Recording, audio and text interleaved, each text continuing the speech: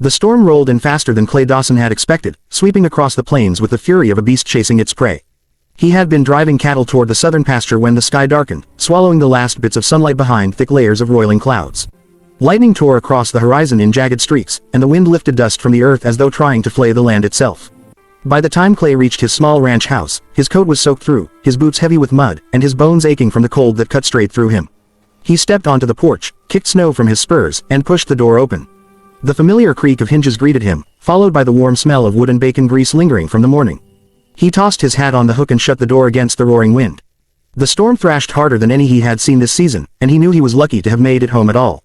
Rubbing his hands together, he made his way toward the fireplace, already imagining the heat thawing out his stiff fingers. But just as he bent to toss fresh logs into the fire, a soft sound pierced through the chaos, a knock, faint and uneven. He straightened, listening. Perhaps it was only the wind slamming a loose shutter. But then it came again, softer this time, like someone running out of strength. Clay's jaw tightened. Out here, miles from the nearest town, knocks on the door usually meant trouble. He reached for the rifle leaning by the wall and approached the door with caution. The knocking stopped as he pulled it open, and what he found on the other side made him freeze.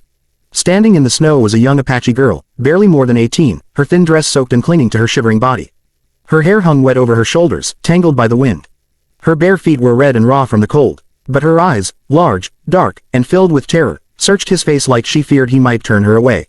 For a moment, neither spoke. She swayed slightly, as though she were moments from collapsing, and Clay instinctively stepped forward. "Please," her voice cracked like brittle wood. "Let me in. I can't live without a man. They left me alone. My people, my family, they're gone." Her words were strange, almost desperate, but they held no deception. Clay had lived long enough in the West to recognize genuine fear when he saw it. And this girl, thin, trembling, beaten by the storm, was clinging to her last hope. He lowered his rifle and stepped aside. She hesitated only a heartbeat before stumbling through the doorway, her legs nearly giving out beneath her.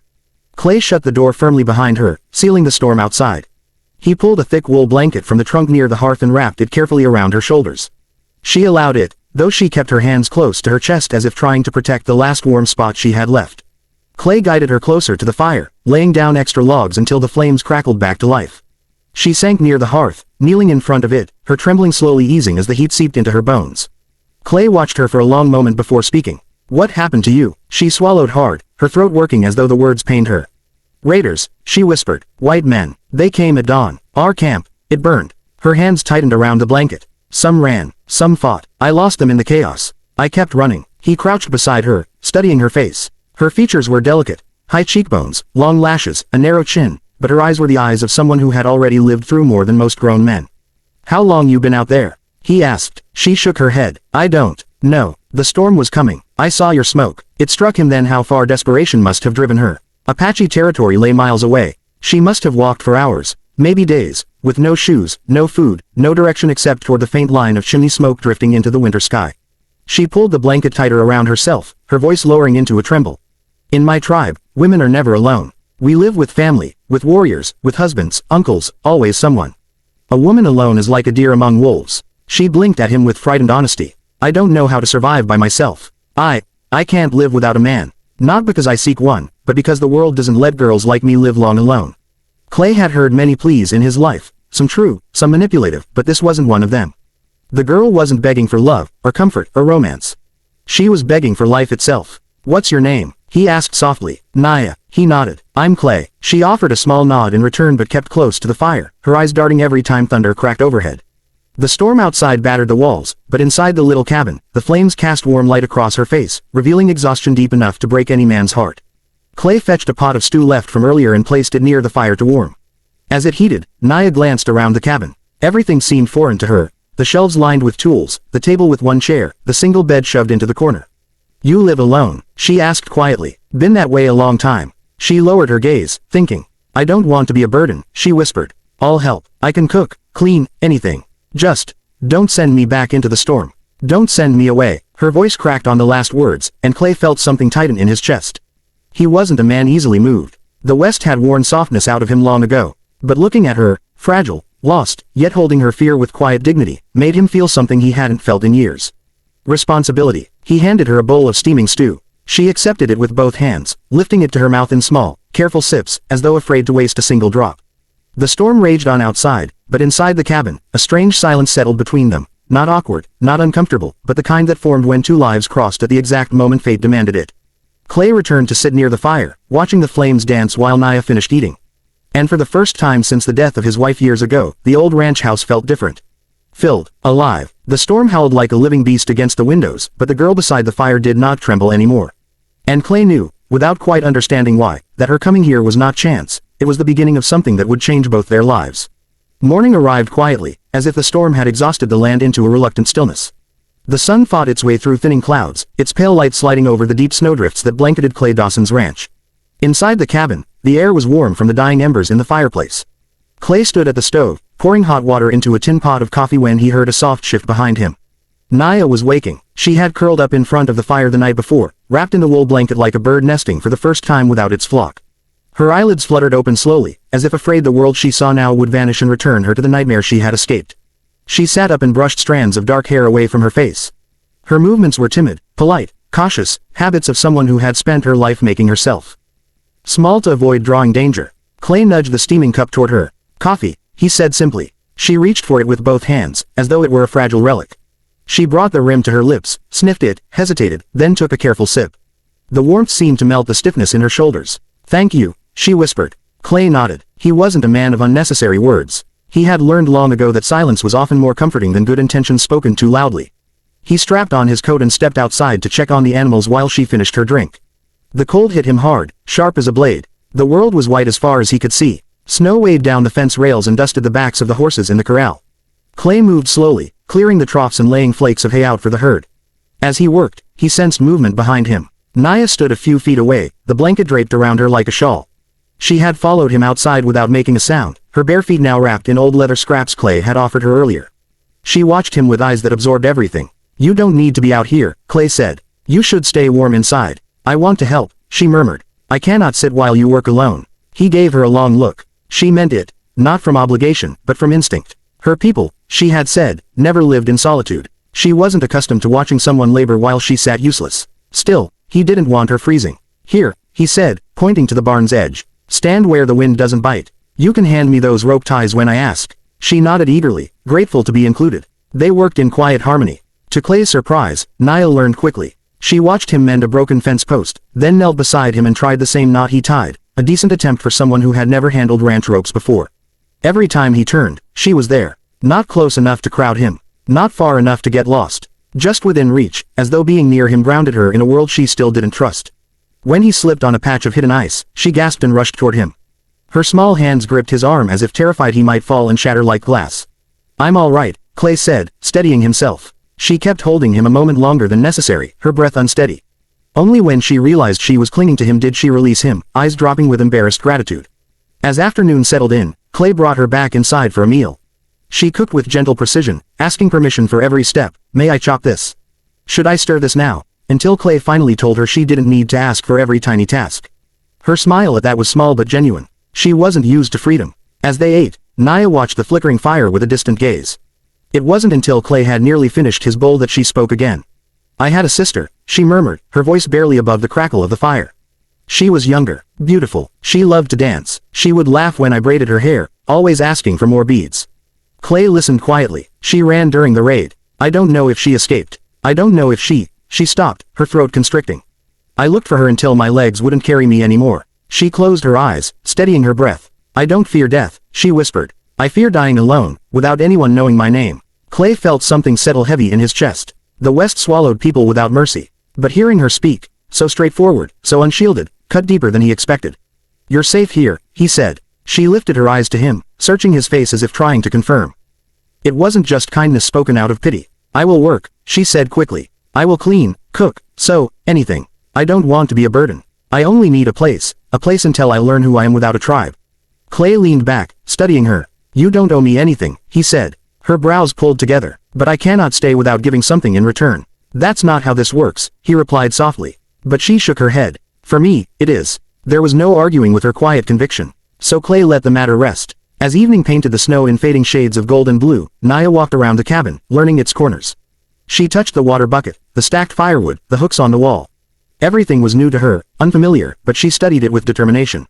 She helped Clay light lamps, her fingers delicate but steady. She washed the dishes without being told, humming a soft tune, an Apache melody, slow and haunting, like a memory trying not to fade. Later, when Clay sat sharpening his hunting knife, Naya crouched near the fire and finally spoke the words that had been trapped inside her since last night.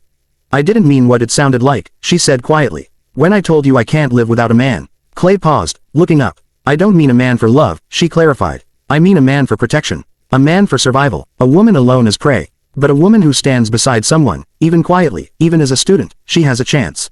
Clay felt the meaning settle deeper this time. She wasn't asking him to be her husband. She wasn't asking for ownership or promises. She was asking for time. Time to learn, time to become strong, time to breathe without fear of the world devouring her. Her eyes lifted to meet his. "I will learn to survive alone," she whispered. "But not yet, not while I am still broken." Clay sheathed the knife slowly. "You're not broken," he said. She gave him a soft, fragile smile. "Maybe not forever," she murmured. "But right now, I am held together by hope." Outside, the snow continued to fall in gentle sheets, as if the land itself were trying to give the girl a moment of peace. Inside, the ranch house, once silent, once hollow, felt quietly alive with the presence of a young woman rebuilding herself from the ashes of everything she had lost. Winter settled deeper over the frontier, laying quiet claim to the land and forcing a slower rhythm upon everyone who survived in its grip. For Clay Dawson, the days took on a new pattern, no longer marked only by chores and silence, but by the soft presence of Naya moving through the ranch house like a small flame refusing to be extinguished. She rose early, always before the sun was fully awake, and whispered a morning song in her native tongue as she lit the fire. The melody was low and soothing, meant to greet the spirits of another day. Clay often woke to it, not disturbed but strangely calmed, as though her voice filled spaces he had forgotten were empty.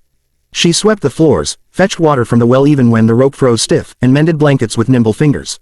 At first, Clay tried to stop her, telling her she didn't owe him anything, but every time he said it, she gently smiled and continued. Helping made her feel useful, grounded, connected. He understood that well enough. One morning, Clay taught her how to saddle a horse. She watched intently as he lifted the leather over Dusty's back, her eyes following every motion like they were lessons of survival. When he handed her the reins, she hesitated. "I've ridden before," she murmured. "But bareback, not this way." Clay stepped behind her, guiding her hands, showing her where to tighten the cinch, how to adjust the stirrups. She learned fast, her touch. Unsure at first but growing more confident. When she finally mounted the horse on her own, she exhaled softly, almost in disbelief that she was capable of it.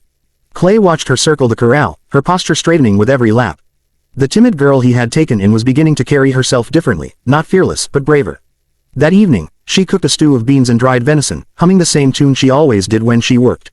Clay found himself listening more than he wanted to admit. He hadn't realized how accustomed he had become to silence until she filled it with life. But peace in the West was always fragile. A few days later, near midday, Clay noticed something unusual, fresh tracks leading toward the ranch from the north. Hoof prints, 2 horses, heavy riders. He stepped onto the porch, rifle in hand, scanning the horizon. Dust rose in the distance, 2 men, armed, heading straight for the cabin. Inside, Naya was washing tin bowls. Clay's voice was low but firm when he called her name. "Stay inside. Don't open the door unless I say." She dropped the bowl, her breath catching. "Who is it?" "Trouble." Fear flickered across her face, but she nodded. Clay stepped out and shut the door behind him. The drifters rode up with the swagger of men who believed the world owed them whatever they demanded. Their coats were patched, their boots worn, but the guns on their hips were well oiled, too well cared for to belong to harmless travelers. "Afternoon," one called, his grin too wide, too eager. "We're looking for some hospitality." Clay kept his stance solid, his rifle resting against his shoulder, not aimed, but ready. "I don't take visitors." The man chuckled. "Well, ain't that a shame? We're cold, tired, and mighty hungry. You'll share what you got, or we take it." Clay's voice went colder. "Move along." Before the men could reply, the cabin door creaked open behind him. Naya stood in the doorway, blanket wrapped around her like a shield, her eyes wide with terror. The second drifter's grin twisted. "Well now, look what you got hidin' inside." Clay stepped sideways, blocking their view. "Get on your horses." The men didn't move. They exchanged a look, and one reached slowly for his gun. Before Clay could raise his rifle, Naya stepped out from behind him. She didn't come forward. She simply stood tall, her chin lifted despite her trembling. And then she spoke in her native Apache tongue, her voice like flint striking stone. Her words were sharp, urgent, fierce. Clay didn't understand them, but their meaning was unmistakable. "Leave now, or face consequences far worse than one rancher with a gun." The drifters hesitated, thrown off by the sudden shift. "What's she sayin'?" the first man muttered. "She says," Clay answered calmly, "that if you don't ride out of here right now, you won't see another sunset." It wasn't what she'd said, but Clay saw no harm in using their uncertainty. The second drifter shifted uneasily in his saddle. "You got Apaches nearby." Naya kept her gaze steady. If fear lived inside her at that moment, she didn't let it show. "Plenty," Clay replied, "and they'll be here soon." It was a lie, but a powerful one. The drifters whispered to each other, too low to hear, then finally tugged at their reins. "We'll come back," one spat. Clay didn't flinch. "You won't like what you find." They rode off, muttering curses, but they didn't look back. The moment the dust of their horses vanished from view, Naya's knees gave out. She sank into the snow, shaking. Clay dropped beside her, steadying her shoulders. "You did good," he murmured. Her breath came in quick, shallow bursts. "I was so scared." "I know." She leaned forward, gripping his sleeve as though anchoring herself to reality. "You said I should learn to stand," she whispered, her voice trembling. "So I tried. I didn't want to hide anymore." Clay's hand remained on her shoulder, not holding her down, but keeping her steady. "You were braver than most men I've known." Slowly, she looked up at him. Her eyes shone, not with tears this time, but with something steadier. Determination, pride, a spark of strength she hadn't known she carried. From that day on, something in her changed. She walked with a little more confidence. Her voice grew firmer when she spoke. She practiced tying knots, lifting small sacks of grain, saddling horses without being told. Clay saw it all quietly, respecting her growth even as it stirred something warm in his chest. One evening, as they sat by the fire after a long day, Naya folded her blanket neatly and said, "I thought I could only survive by holding on to someone. But now, I think I can survive by learning to hold myself." Clay studied her profile in the firelight, the scars the world had left, and the resilience she was shaping from them. "You're stronger than you think," he said. She smiled softly, "Because you gave me a place to learn. A place to breathe." The fire crackled between them, its glow reflecting the truth neither dared speak aloud. The ranch was no longer simply a shelter for the storm. It had become a place where two lives, one weathered by loneliness, the other scarred by loss, were beginning to rebuild something neither thought they deserved. Not a bond of dependence. Not a bond of desperation. But something steadier, quieter, and far more lasting. A bond built on survival, trust, and the fragile beginnings of hope.